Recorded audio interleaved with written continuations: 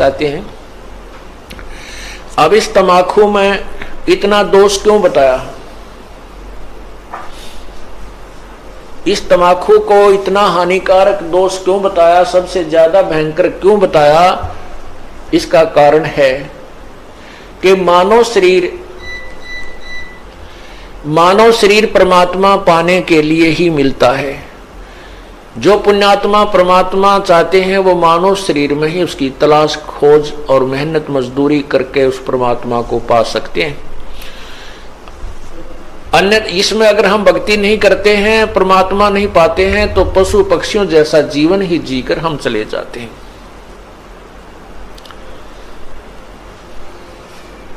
अब ये हमारे शरीर में कमल बने हुए हैं, कमल, इन कमलों में भगवानों का वास है। मूल कमल में गणेश जी, और स्वाद कमल में सावित्री ब्रह्मा जी, नाभि कमल में विष्णु और लक्ष्मी जी, हृदय कमल में शिव और पार्वती जी, और कंठ कमल में शेरा वाली दुर्गा जी। तो ऐसे जब हम ये तम्बाकू पीते हैं या सूंघते हैं, सूंघना भी पाप है, तो उसकी वासना हमारे शरीर में बने हुए कमलों में जाती है और वहां विराजमान भगवानों को परेशान करती है, उनको दुख पहुंचाती है, वो बहुत दुखी होते हैं। अब जैसे रिश्तेदार आ जावे और उसको कमरे में बैठा के अच्छी रोटी खाना खुना खिला के और उससे मैं एक छोटे से कमरे में ही और धुआं कर दे, तो वो क्या कहेगा कि अच्छे नाला कहाँ फंसा है, मैं मर गया धुएं में, तो वो नाराज होकर चला जाएगा, बात बिगड़ेगी।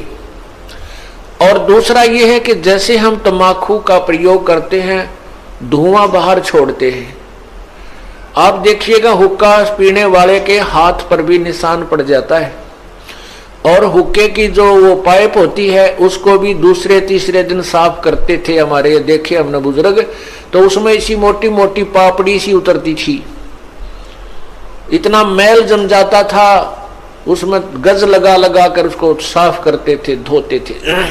इसी प्रकार हमारे शरीर में ये इला, ये पिंगला, अब ये इला बाया जो अंग बाया नाक है इसको इला कहते हैं और दाया को पिंगला कहते हैं।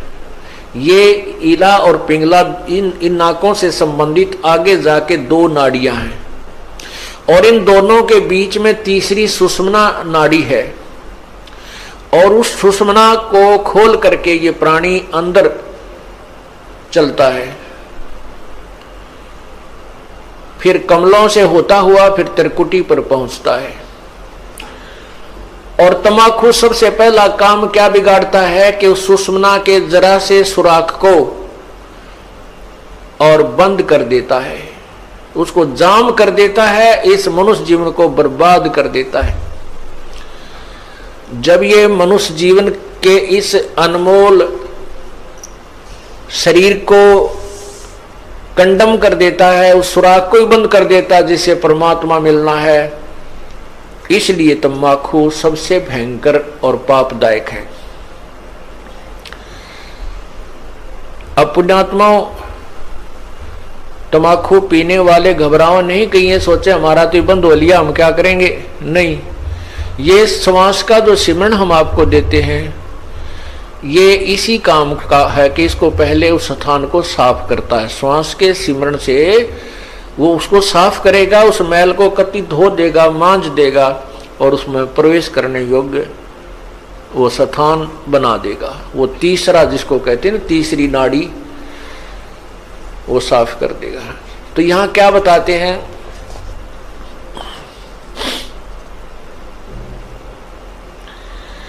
तलक सा तमाखू सिला घोट पीस, दई नाक नासा कमल में कसीस, करी चूर चकना धरा नाम नाश, धरा नाक नाश 70 घलाई गति 70 सलाई गति काट मास व्यस्त के दरीबे में जो दीनी दुलद। अगर मूल मौला जहां बसत है प्रसिद्ध हिंदू तुर्क को जो दीनी तलाक पीवे तमाखू जो सरे के कजाक। जो तमाकू पान करते हैं हुक्का पीते हैं या सिगरेट बीड़ी पीते हैं वो कहते हैं परमात्मा के दोषी हैं कजाक हैं।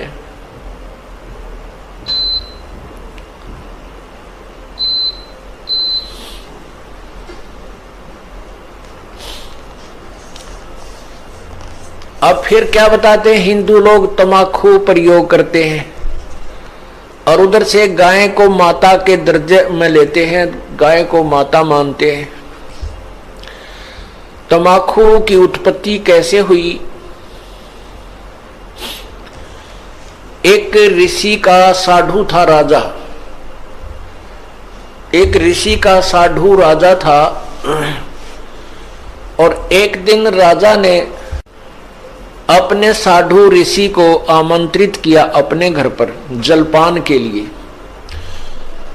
तो राजा ऋषि ने बहुत मना किया अपनी पत्नी को कि राजाओं का और ऋषियों का कोई मेल नहीं होता, राजा बड़े अभिमानी होते हैं, ये कोई हमारे सिर में दर्द करेंगे। लेकिन वो ऋषि पत्नी नहीं मानी, कहने लगे मेरी बहन कब कब मुझे बुलावे, आप तन्यों नाक चढ़ाया करो, कोई भी काम हो जा। अर्थात ऋषि जी को विवश कर दिया राजा के घर जाने के लिए।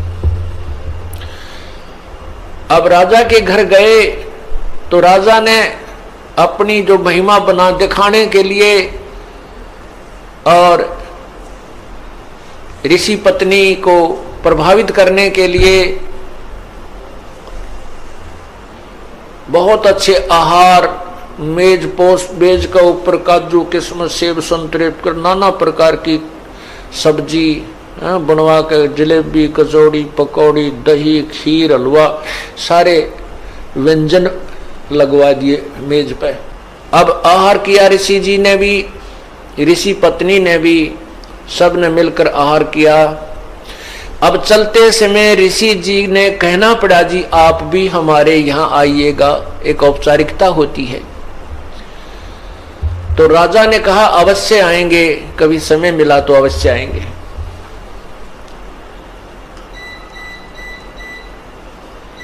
एक दिन वो समय मिल गया, राजा ने संदेशा भिजवा दिया कि हम आ रहे हैं।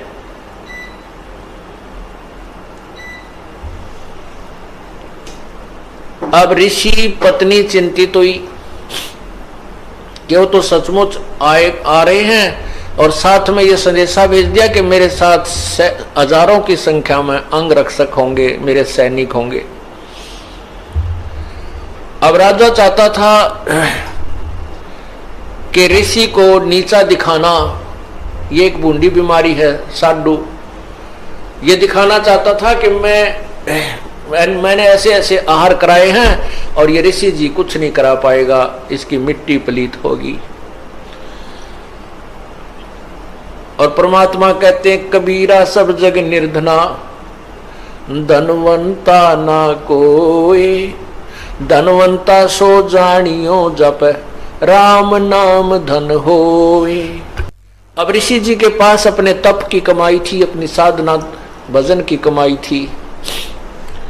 ऋषि जी ने स्वर्ग से कामधेनु गाय वो उधारी ले ली कुछ समय के लिए और उसको अलग से एक टेंट में रखा हुआ था। उधर से राजा अपने हजारों सैनिकों को साथ लेकर पहुंच गया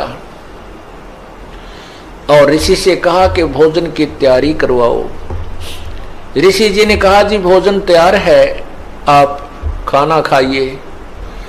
अब वहां लगी लाइन और साथ की साथ थाली आ रही है, सबको परोसी जा रही है। ऋषि जी ने अपने एक सेवक को उस गाय वाले टेंट के सामने बैठा दिया, वो उठा उठा कर थाली बाहर रखता रहा।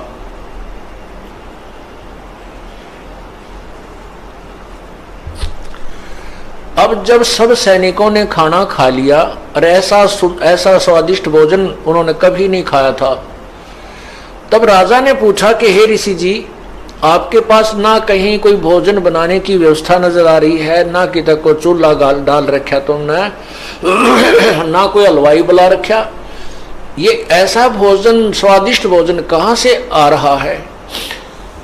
तब राजा ने बताया कि मेरे पास एक कामधेनु गाय है और उसमें यह शक्ति होती है कि वो चाहे पूरी पृथ्वी जीम जा भोजन खा ले, पूरी पृथ्वी के प्राणी, तो भी उसका अंत नहीं आता है।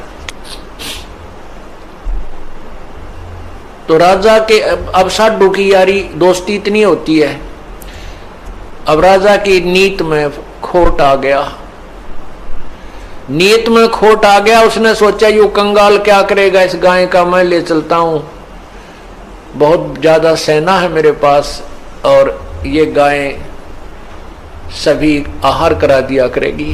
कहने लगा ऋषि जी, ये गाय मुझे दे दे, आप क्या करोगे इसकी? ऋषि जी ने कहा ये गाय मेरी नहीं है, मैं उधारी लाया हूं, मैं आपको नहीं दे सकता। तो राजा बोला सैनिकों से कि सैनिकों इस गाय को छीन लो। अब ऋषि सोचता है अच्छा नालायक ये तो जबरदस्ती कर रहा है मेरे साथ। तब उस ऋषि ने कहा हे गौ माता, आप अपने स्वदेश लौट जाइए, मैं विवश हूं। इतना कहते ही वो टेंट के ऊपरले हिस्से को पाड़ती हुई और गाय आकाश की तरफ, स्वर्गलोक की तरफ चल पड़ी। राजा ने गाय को कंडम करके नीचे डालने के लिए तीर मारा, पैर में तीर लगा और कहते हैं वो गाय का खून, रक्त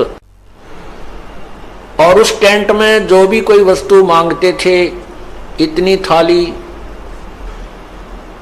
हलवे की, इतनी थाली खीर की, इतनी थाली दाल की, इतनी सब्जी की, तोरी की सब्जी, घिया की सब्जी, सब प्रकार की, काजू, किस्मत, सेब, संतरे, दही, बड़े, यानी जो भी वहां उस आवश्यकता थी उस भंडारे में सभी उपलब्ध उस कामधेनु ने करवा दी। ऋषि जी के पैसे यानी पुण्य की कमाई स्वर्ग में जमा हो गई, उसके प्रतिफल में उसको वहां सब वस्तु प्राप्त हो गई। जमीन पर गिरा और गाय चली गई, तो जहां जहां वो खून गाय का गिरा वहीं पर कहते हैं तम्बाकू की उत्पत्ति हुई। अब हिंदू लोग एक तरफ तो माता को इतना प्रिय मानते हैं, गाय को अपना मां के तुल्य आदर देते हैं और फिर मां के खून को पी रहे हैं। क्या बताते हैं, खो नाम खू का तमा नाम गाय, 100 बार सौगंध इसको ना खाए। तमा नाम खू का, खो नाम खून का और तमा नाम गाय, सौगंध 100 बार इसको ना खाए। तम्बाकू, खून, खू का अर्थ खून, खून, तमाखू, खून, और तमा फारसी का शब्द है, तमा माने गाय होती है। तमाखू यानी गाय का खून, खू नाम खू का तमा नाम गाय, सौगंध 100 बार इसको ना खाए ना पीवे। कहते हैं आप एक तरफ तो गाय को इतना प्रिय मानते हो, आदरणीय मानते हो, और फिर गाय के खून से उत्पन्न इस तम्बाकू को पीते हो। जितने भी महापुरुष हुए उन्होंने सब विकारों को छुड़वाया है। अब सिख समाज में तम्बाकू कोई प्रयोग नहीं करता, अभी तक भी उन्होंने इस मर्यादा का पालन किया है। लेकिन और सारी बुराई शुरू कर दी, मांस खावा, दारू पीने लगे। देखो बुराई तो सारी त्यागे पार पड़ेंगी। ऐसे ही मुसलमान धर्म के अंदर शराब नहीं छूते अभी भी, और बाकी मांस खाओ और हुक्का पीवे। हिंदू समाज में बीड़ी, शराब, तम्बाकू और मांस कभी प्रयोग नहीं करते थे। अब हिंदू समाज में कोई मर्यादा ही नहीं रही, सारे काम बिगड़ गए। तो पुण्यात्माओं, ये नए सिरे से समाज सेट किया जाएगा और इसी तरह ये समाज सुधार और आत्म कल्याण प्रारंभ होता है। उन महापुरुषों ने भी कठिन प्रयत्न किए थे, परिश्रम किया था समाज को बुराई से दूर करने के लिए। आज भी वही चल रहा है और बहुत निर्मल समाज बन रहा है। छोटे छोटे बच्चे भी ये पूछते हैं, एक बार मेरा हाथ लग गया, मेरे पापा की गोद में बंडल था, महाराज जी मेरा नाम तो नहीं टूट गया। रो रहा था वो बच्चा। मैं कहा बेटा ऐसे नहीं टूटता, वो तो वैसे लग गया हाथ, गंद का समझ लो, भाई गोबर में हाथ लग जा धो ले अपने ने। हाँ उसको उठा के देना, ला के देना, पीने उक्का भरना, उसमें नाम टूट जाएगा, वो खंड हो जाएगा। तो पुण्यात्मा जो छोटी सी उम्र में इन बच्चों को ऐसा भाव बन गया कि ये इतनी बुराई है कि इसको हाथ लागने से भी हमारा धार्मिक कर्म बिगड़ जाएगा, तो आने वाली इनकी संतान तो कति देवता पैदा होंगी। ये समाज भी सुधर रहा है और जीव कल्याण का मार्ग भी प्रशस्त हो रहा है।